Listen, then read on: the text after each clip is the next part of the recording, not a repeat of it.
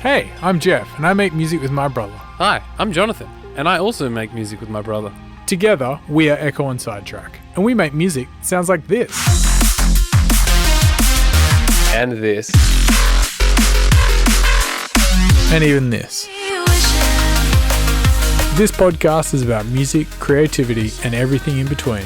Welcome to A Band Apart with Ekko and Sidetrack. Do you want to say something?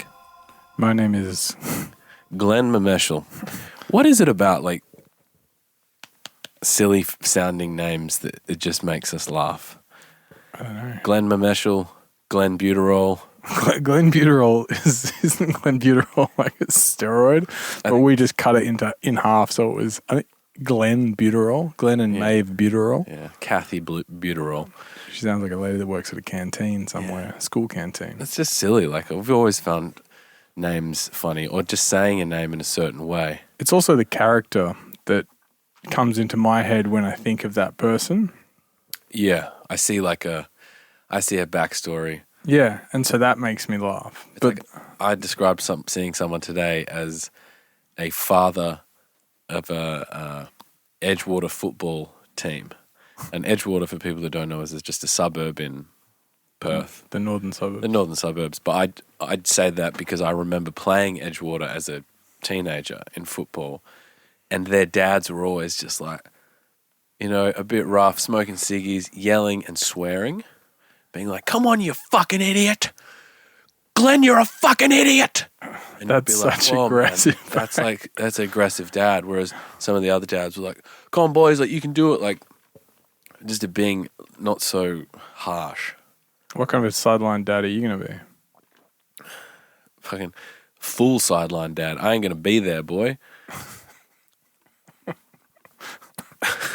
No. Get a lift with your friends and good luck with the sports. I'll go and I'll encourage them. Will you smoke? Oh yeah. Oh yeah. I'm gonna be The only place you can smoke now in the bloody fresh air around the children. that Oz kick on the weekend. I'll A group. Do you reckon you'll be a motivating father, yeah. coach? But as soon as they're like, I'm not interested, I'll be like, yeah, neither am I. I could give a fuck. Let's get out of here. And then leave. Like, I'll be more. But how does that create stick-to-itiveness in your children? No, like, not when they. I'm tired. So am I. Let's go. Okay, so there's a difference between I'm tired and I don't want to do this anymore. Okay. And let's talk about that. it's recognizing the two differences. I'm tired, like, oh, I'm tired and I'm complaining and feeling blah, blah, blah. Yeah, that's not, that you push through that, of course. You have to stick to something. But I'm also not going to force someone to be like, oh, I'm not really enjoying whatever it is, football or horse riding or claymation. I'm not enjoying it. So I want to stop doing it. And I think you can pick that up in kids as well. But also kids also can have very low attention spans. So I'll teach basketball at a local gym. No, I'll teach sticking with it.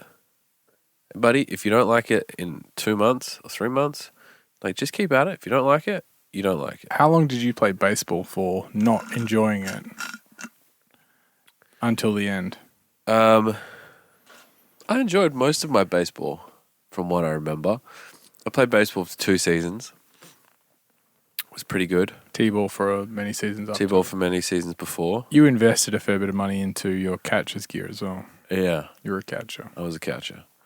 Do you still resonate with that kind of like a character? Like, you're a catcher?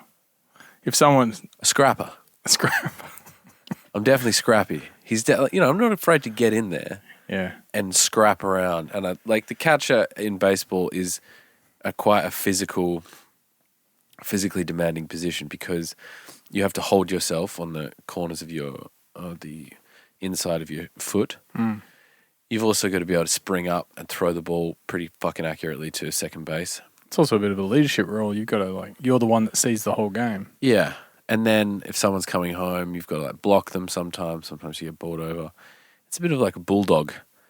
Bulldog, my nickname when I was the catcher was the bulldog from Sorrento. They used to call me Toad. The sea toad.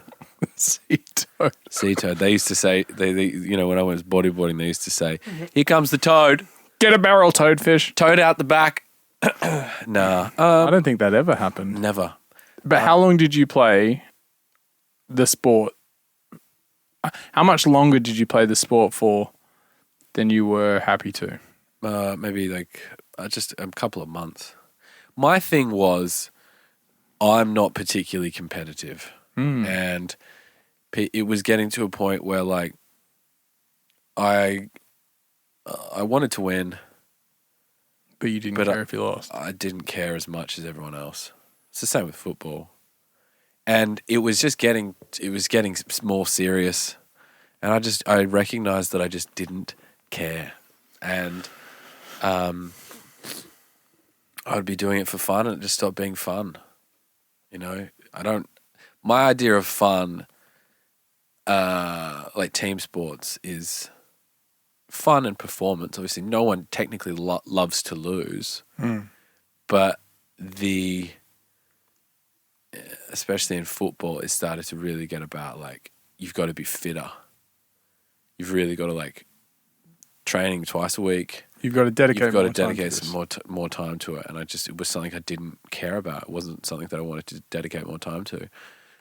I enjoyed baseball more, but again, you get to I think I must have got to under 16s, and it was similar. I think I had the most fun playing soccer because we were in a level 2 team. I was never the best soccer player, but I was a good goalie. I was a good goalie and a good right back. And it was the right amount of physicality so you could get scrappy. And it was fun. A lot of the other people on the team were under no illusions that they were going to go and play. No, not at all. It was kind of more we know what this is. We want to win, but we know what this is. I think some of the guys on my football team were still at an age that playing in the waffle or the AFL was still a thing. Did any of them go on? Do you know? Yeah, Tyson played.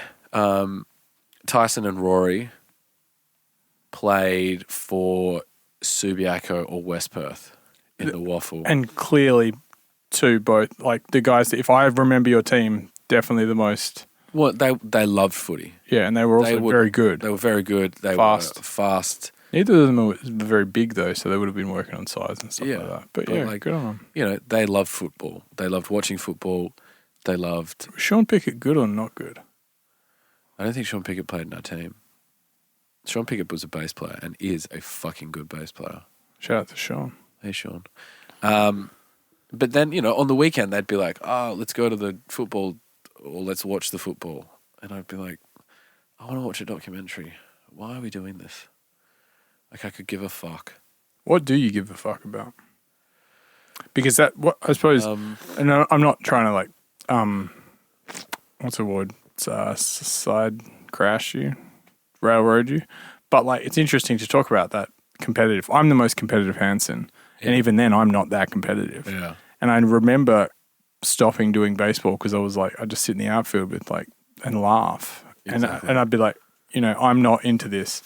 I liked the physicality. I was pretty good. I was reasonably good, but not willing to do the extra yards to become great. And then as soon as I'd made that decision, I'm well, why am I even just hanging out? Yeah. I wasn't. Yeah. But, some of it, I think also was there was some fear. If I look back, it's it's fear of, well, if I can't be great, then I don't even want to play at all. I think that's definitely something that played in my head because I always have had lofty expectations of myself and thought that if I play sport X, then I could do this. And then you're whoa, actually I'm going to have to do heaps and heaps and heaps of work for this. And you're that's hard. Also, I'm not that good. So maybe I'll be shit. I wasn't prepared to fail when I was younger, I think. Yeah. And I was less happy to. But I also don't really care about sports. Yeah. Because it's like for the people playing it, it means something. But if you're a supporter, you have no input on the game. There is zero outcome. You have zero outcome influence on the outcome, and you're really. It's just fun. It's just tribalism gathering together. I get it. It's great, but there are some things that we did care about and we did put time into. But like, where are you at with where are you at now with like those things and what I care about? Yeah, and also, do you think there's something in your life that you're not caring about as much as you could be? Because you said like you want to watch documentaries and stuff like that.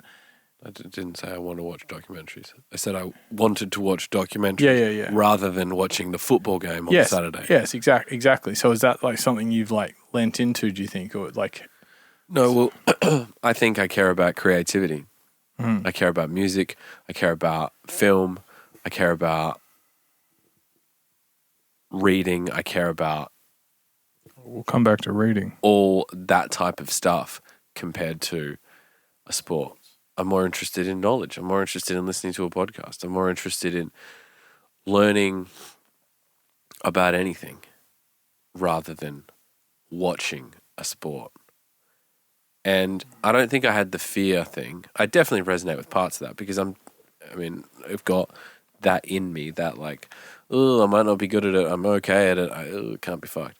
But also, I recognized at an early age that I didn't have the thing I needed to be successful in this sport. And that you weren't going to create that. No. It's the same with acting in drama. I recognized that there were actors. There were people going home and studying acting and dedicated to it and wanting to go to Whopper or go to NIDA and be like immersed in it. I had fun when I went to NIDA for a week, but I was doing exercises and I was like, this isn't for me. So what's the thing you want to go deep on? Music. Being a better music producer, being a better music songwriter, being a better performer, being a better auteur, speaker when it comes to music, when it comes to Does that mean, you mean an orator? Orator. I think an auteur is like an expert. Yeah, orator. Yeah. And I'd also like to be better at the thing I'm thinking about recently is like controlling a situation. Back to being a catcher. Yeah. And like, I think I'm good with kids. But I don't know how I'd go. Like, I haven't never really disciplined a child. Even with like brother's kids, our niece and nephew, you kind of discipline them to a point. And I mean discipline, not like beating them. I mean like just speaking to them as an authority figure. Yeah, okay. Right? Yep. And that's something that That's kind of hard. You have to learn how to do because you can't just be like, oh, cool, I'm the cool guy that you can do whatever with. Like it's sick. No one will respect you. And I think I've become more assertive in as you get older. I think naturally you do. But I think I would like to now be someone that is in control when something bad happens. I think I've got a pretty good stress response from years of working in the kitchen and kind of responding to stresses like that. But that's that's quite a linear stress. It's busy, but we've just got A, B, and C to do, so we can just do that, and in an hour it'll be better. I want to be better at responding to stresses that are a bit more less linear and more unknown. Yeah, I completely agree. The whole uncertainty thing is something I struggle with. I've had a few instances recently where I've looked at something and been like, I don't really want to do that. And I try and I spend time trying to work out how I can not do that. But inevitably I have to do the thing. Yeah, rather than just doing it, rather than spending the time just doing it. And then sometimes there's something I don't want to do, and so I will like squirm every which way to make sure I put off doing it. But also, like, even in some ways, there's like a solution in my head that's like, well, I just won't do that then. Yeah. Or It's like I just won't attend. Like, oh, that's, you know, a very bad example would be like, oh, I have to get my phone lens fixed. Like, I know I have to do that. I have to go to this shop. I've got a docket to get a redo of the little lens. That's a really bad explanation. I broke my phone lens cover, and they're gonna camera lens cover, and they're gonna fix it. Yeah. But I keep putting it off because I'm like, I don't have time to take what's probably going to be a total of 40 minutes deviation from my drive to the studio out to do that. And then I'm like, you know, I'm not going to do this, but the next step would be like, oh, fuck it. Maybe I just don't use my phone anymore. Oh, use my camera anymore. Or like, I don't like taking photos anyway. Or like whatever. Yeah. So like that is a solution, but it is a bad solution because it's not really a solution. It's like a do not compete solution. I think there's lots of, I was talking to my new housemate last night about this because I was saying I've been drinking casually a lot more now that I'm living with Peter and Diana. And I was like, you know, not crazy, not like 4 or 5 beers every night, but a glass of wine. You like a glass of wine? I fucking love a glass of wine. I love a glass of wine and a debrief. And I was like, I want to do that less because it's too easy to say, oh, I won't go to the gym today, but then say yes to the wine. And I think that's like a pretty why not say yes to combo. both? Well, I've done that too, but I'd like to say yes to wine less. And I was saying to my housemate, like, oh, when I've done a similar thing when I was in London, I would just have 0% beer because I would finish work and then I'd have a beer, whatever, talking to Jim and Shawnee or doing some other activity, or sometimes finish off the studio session with a beer. And I'd get that kind of like, oh, you can have a fun drink now because I don't find a soft drink fun. That's not a reward. A beer or a wine is a reward for me. Yeah. So, and I was like, maybe I'll start doing that. I'll buy some zeros and just have a zero so I can have that when I talk to Diana. And she was like, why wouldn't you just stop drinking, like in the week? And I was like, well, because I kind of want the reward, but I don't. And she's like, you should just stop. Just do it. And I think there's lots of different kinds of people in the world. And there's some people that go, oh, I don't want to do this thing anymore. I'm going to stop. And then there's people like you and I who go, I don't want to do this thing anymore, but I'm going to figure out a way that I can kind of not do it and kind of get away with it. Or like, how can I make this work? I think that's a creative mind thing. I think that's a procrastinator thing. I also don't think it's a terrible thing because also, even in the example I just gave, I do want a bit of a reward. It's not that I want to quit drinking and I have a problem. It's that I just want to lower my alcohol intake, but I can still have the reward. You also don't want it enough that you're going to stop doing it. No. Like one way to do it is exactly I'm just not going to drink during the week. Yeah. But what's funny is she's looked at it as gone, whoa, just don't drink during the week. And you're like, I am technically not drinking during the week. Yeah. I'm drinking 0%. But it's like beers. the workaround rather than being linear. And she seems to be much more linear and just like, oh yeah, just do that. You said you're going to do that, do that. Some people can be more straight up and down, black and white, and they will get stuck in other places of their lives. Yeah. Like, people that are very, yeah. I think it's like a energy level in a game, right? You can't, very rarely does everyone have 90% strength, 90% skill, 90% assertiveness, power, blah, blah, blah. You've got all ups and downs. And we've got 90% on things that other people have 3% on. Yeah, for sure. For sure. Yeah, the assertiveness and the going and the control thing's an interesting thing as well. And like being able to know what to do and be confident that you know what to do. And I feel like I've since writing the album, I feel like I've lost some of that. Like I feel a bit like the last little while I feel quite energy drained at times, and also like a bit like dopey. I think you need, if I may comment, you need more challenge in your life. Yes, I do. You need to do something harder Yes, because we're both good at what we do, and usually anything what we do, but we need a challenge.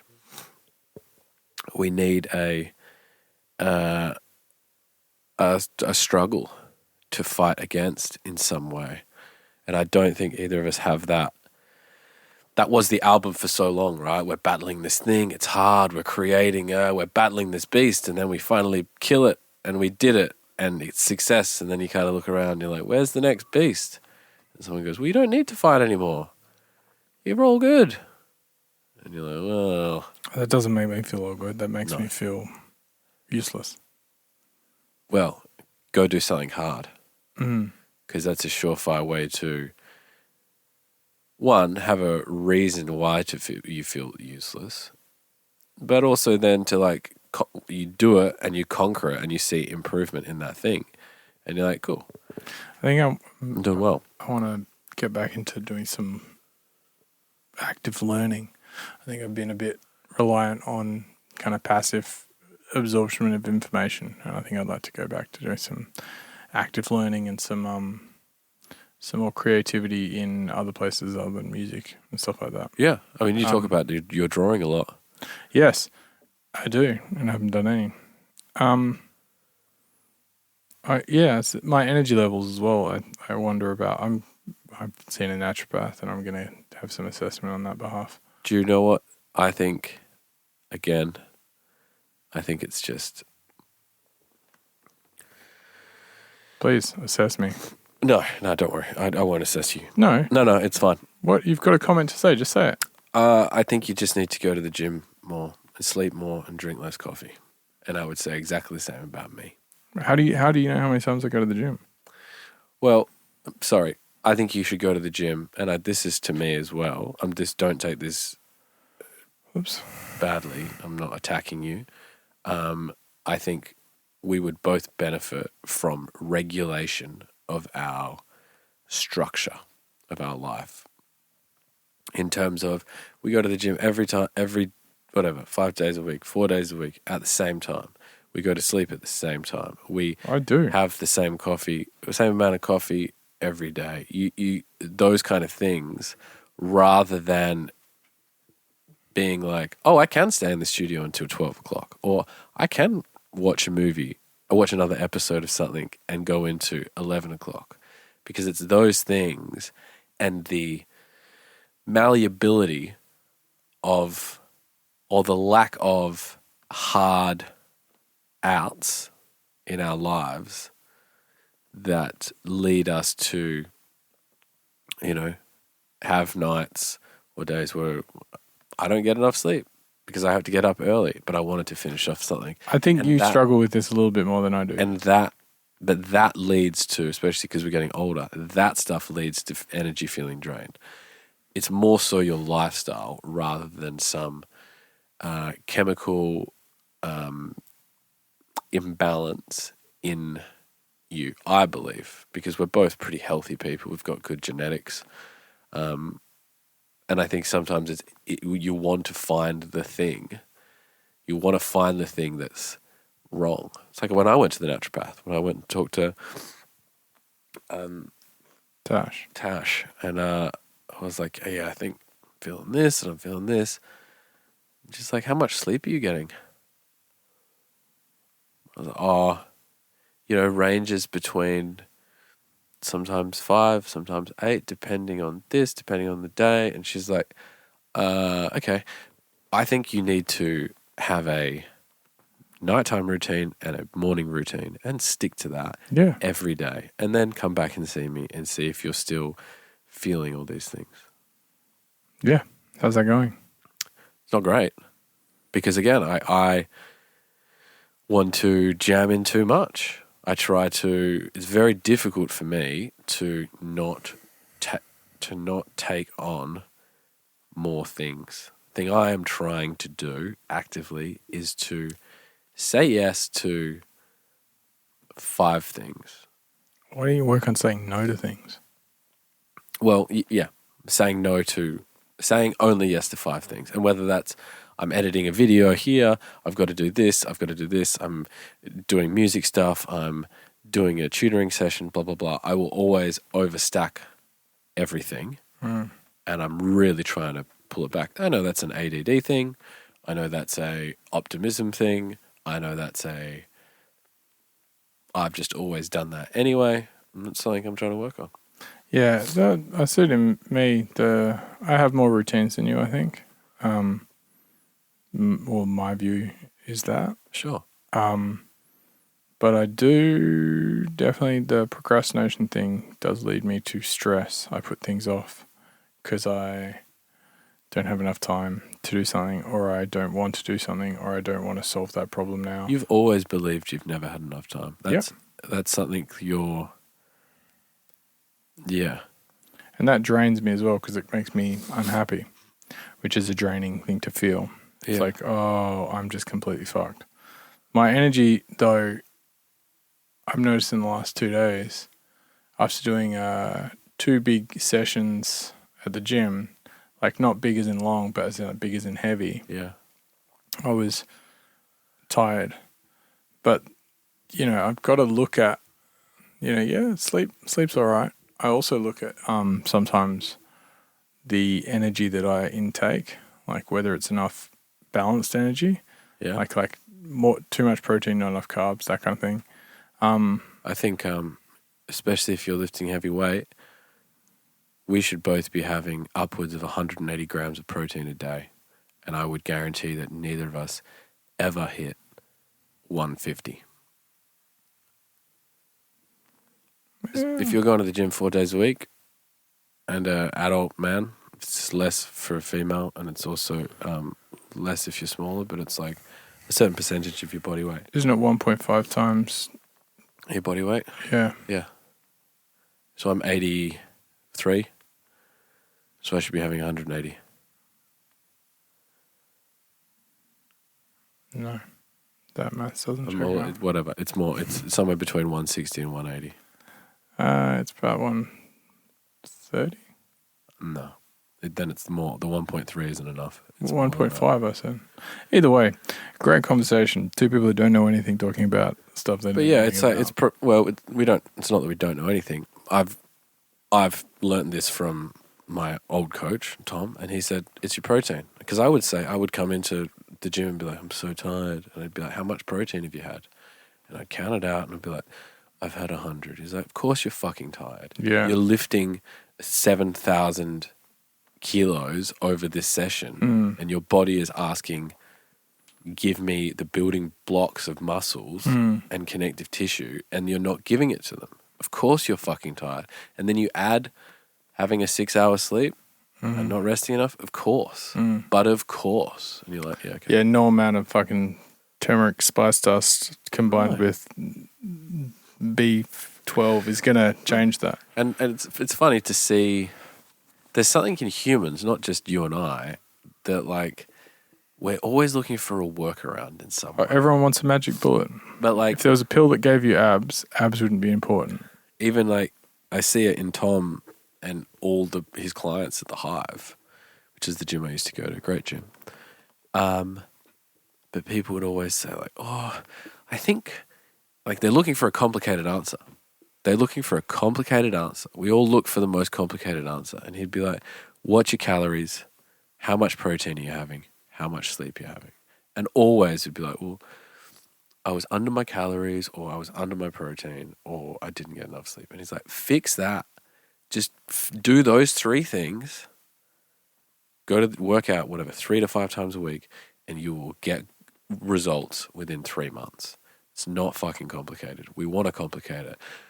Adding, whether it's a supplement or whether it's adding a weird routine or whatever, even things like intermittent fasting. Sure, it's great. It's helpful. Can everyone do it? Probably not. Just eat less crap and eat more protein and work out, and you'll find results. Calories in, calories out. Yeah. But that stuff's hard to stick. It's hard to stick to. It requires discipline. And it also requires you to want it. Because Yeah.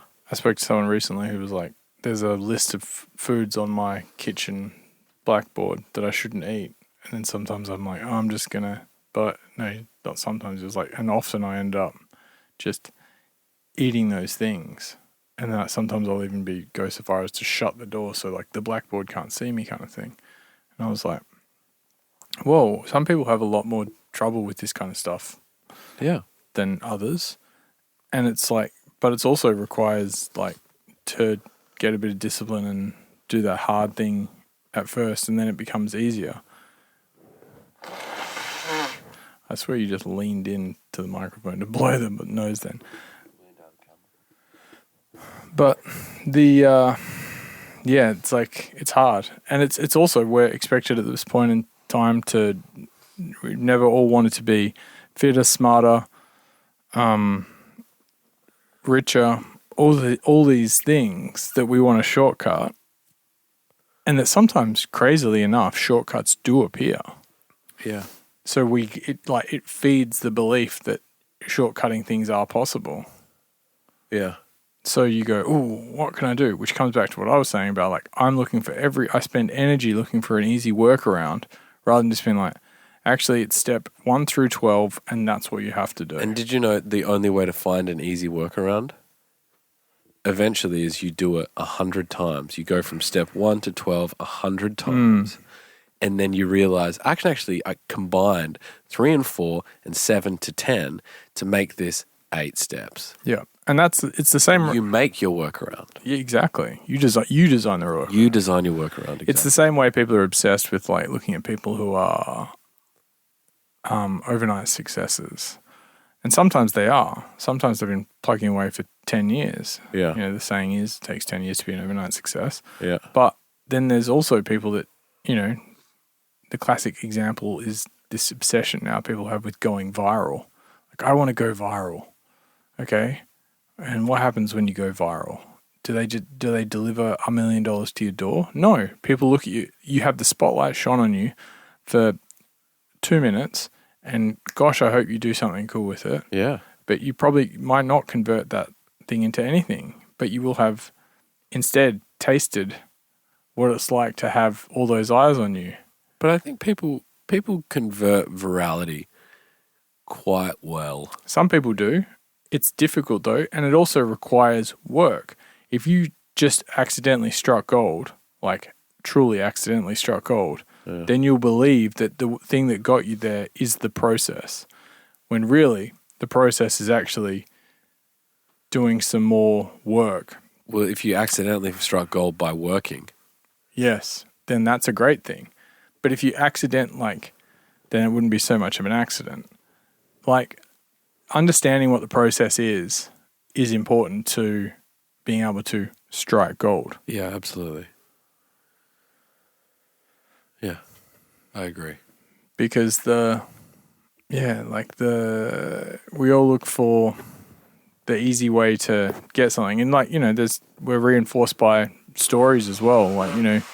People love to say, so-and-so didn't become famous until they were 40, or, this person was completely poor until J.K. Rowling was a single mother, and then she was writing Harry Potter in a bookshop.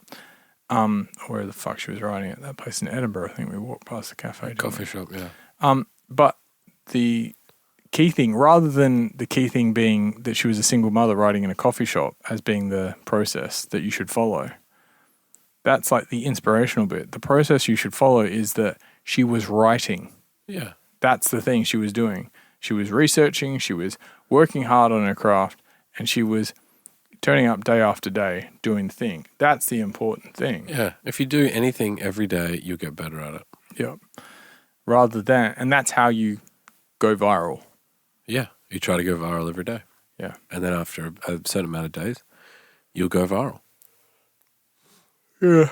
But I think that's your goal. Yeah, but I think longevity rather than virality should be the goal. Yeah. Sure. It's like a good foundation. Yeah, because otherwise But it's also, If you go viral, then you might not know how to repeat it. And then to repeat virality is very difficult. but I suppose There's a formula to it. Yeah, but go away from viral stuff. Repeating success is difficult, but you can, if you do the work, like you said, going through steps 1 through 12 continuously, you get a bit of a process that does work. And refining your process by examining your process and just repeating it and repeating it and repeating it and repeating it. But if your process also has some like bits that aren't working, don't just go, that's the process, we've got to follow it. No, you refine it. Yeah. You make it, you clean it up. If you're, I'm trying to think of an example. I guess I could use a music example. Like, export your drum hits so you don't have to repeat the process of processing your drums every time.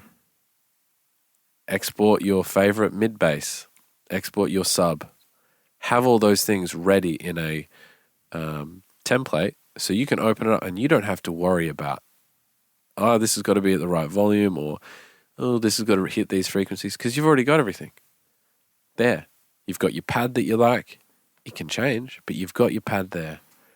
You've got your routing enabled to set up. You've got your side chains set up. You've got everything prepared to allow you to just write music as simply as possible, rather than opening a blank project and being like, well, let's start at the beginning again. One thing I will push back on that is you've got your template set up to write exactly the same kind of tune as you've written previously. No. So I think some aspect of like having that template is good, but I think sometimes you've got to go into the blank space and create. No. That's not what I mean. It's more like going into a workshop and having all your tools organized on the wall correctly. Yeah, I understand the analogy. So you're still using, because you can create anything you want, but you're walking to a clean workshop. You're always going to use a sub. That sub might change, but you're always going to use a sub. I know that sub works. You're always going to use a kick drum. You might have 7 different kick drums. The kick drum might change, but you don't have to worry about, is this kick drum good? You've already used it before. Those things you can experiment within, do whatever you want and make something new, but you've got the tools already there, rather than opening up a box or a drawer that has the tools everywhere and be like, where's that hammer I always use? Yep. Where's that saw I always use? Yeah, good point. Because you're still going to, what you create is separate. It's always the tools, figure out the tools that you need and how to organize them the best will allow you less blockages. You have to make less choices. Less choices and less procrastination. I also think, I suppose, as well as sometimes creating in a place that doesn't have the stuff and then being like, I'm free to do anything, and then bringing that stuff over to the other project. That's how I tend to find creative solutions. Yeah, sure. Because I can feel a bit like, here we are again, just making exactly what we have done before. And making derivative things, I suppose post-album kind of bothers me the most at the moment. I just don't want to go down the same paths we've already done. So how do you separate something being derivative and being, for lack of a better word, an Ekko and Sidetrack thing to do? Because it would be, if we came out and released new music post-album and it was like, was completely different, it wouldn't really work. When you build up derivative choices, it starts to feel samey, and then you start to go, oh, this works, because it does, because it's a well-trodden path. And then, it might sound kind of new and interesting, but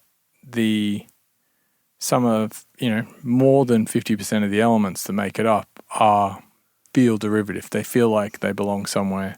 You've seen them before. I'm not saying we reinvent the wheel every time we're making wavetables from fucking air, That's not happening. I'm saying is that you can think about things in a creative way, the same way that you created when you didn't know about the things that you are drawn to that make your music derivative. Yeah. So and it's not like your whole process has to get upended. You just have to kind of like shock the body a little bit to do something that feels a bit interesting.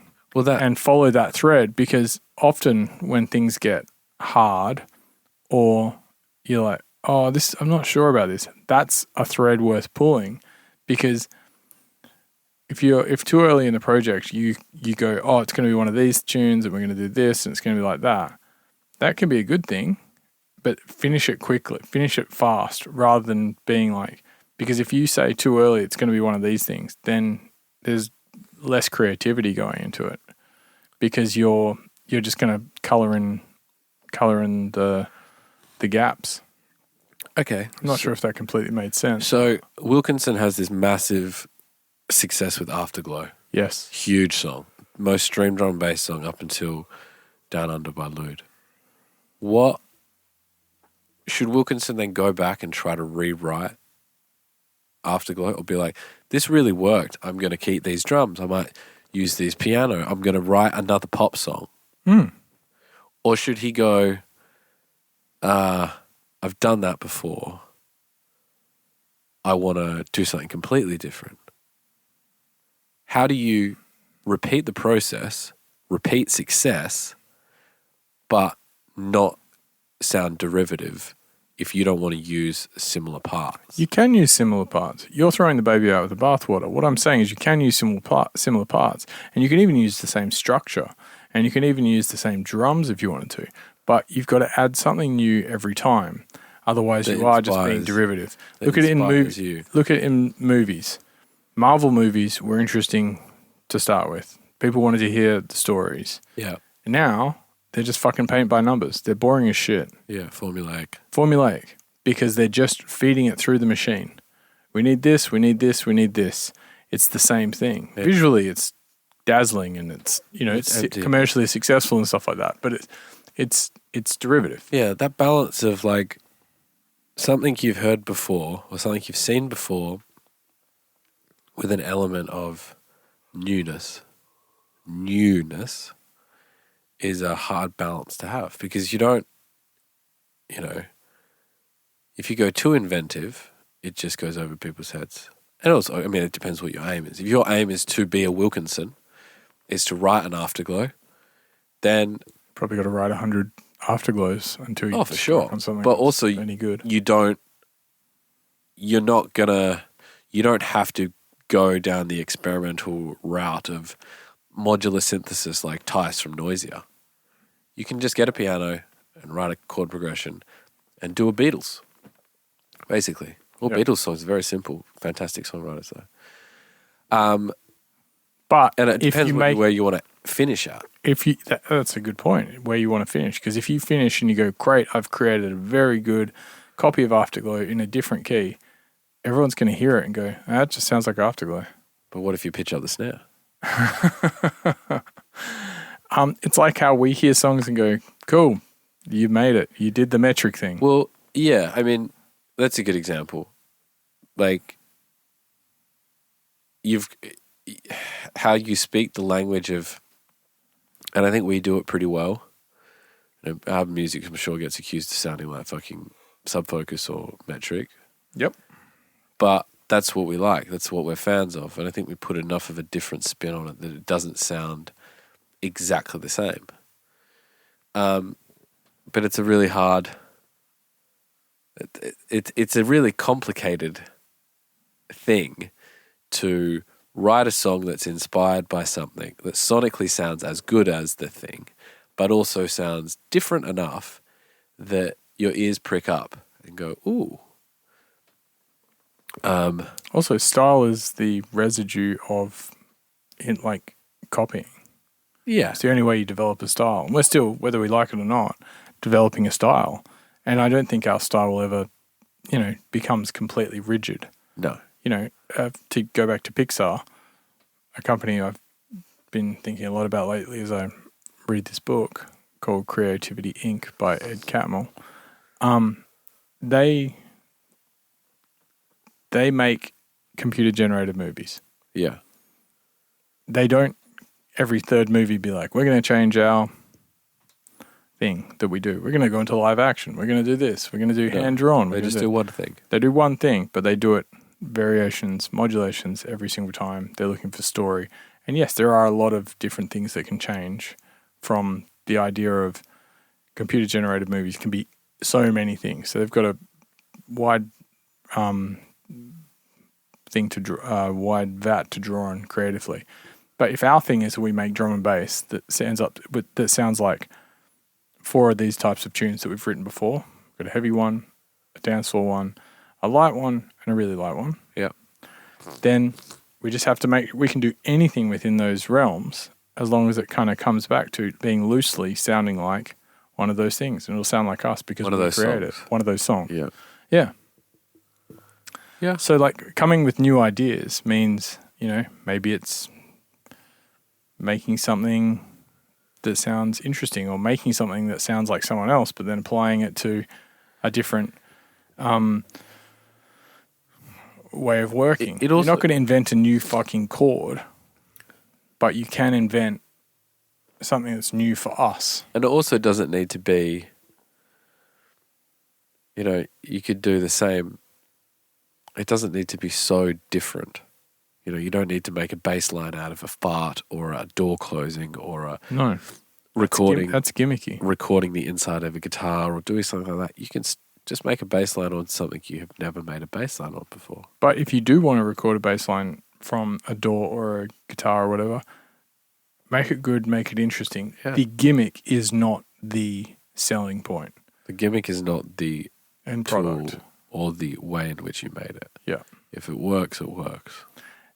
Not Star Wars, Spider-Man Into the Spider-Verse. The story was good. If that had been animated normally, it would have been really cool. Yeah. The additional styles of animations, the way that contributed so much to the storytelling, that lifted it to like a great movie. Yeah. They didn't start by going, we should animate this in 9 different kinds of ways. No. They had a good story to start with. If you have a good song, then that's king. The king. That's what your foundation Absolutely. Comes back to. And that's why I suppose we're working on songwriting so much. Yeah. Because we want to write better songs. And then we can add the weird gnarly bass and it'll fit really well and it'll sound interesting. Yeah. And fresh because it's a different piece of the puzzle used in the puzzle. Yeah. If that analogy works. I don't know. But wow, it's been quite a serious podcast. Yeah, let's move it on. I'd really like to after talking about music, I'd really like to write some music. So let's get out of here. All right, sounds good. Also, buddy, my nose is running. Uh-oh. Thanks for having a chat with me. No worries, buddy. Until next time, I love you. I'll speak to you later. Not even looking at me. I love you too, buddy. See ya. Thanks for listening to this week's podcast. We are Ekko and Sidetrack on all social media. We've recently updated our YouTube. Go and give that a subscribe so you can keep up to date with all the latest video podcasts. And follow us on Spotify too so you can keep up to date with all our latest music releases. Big up.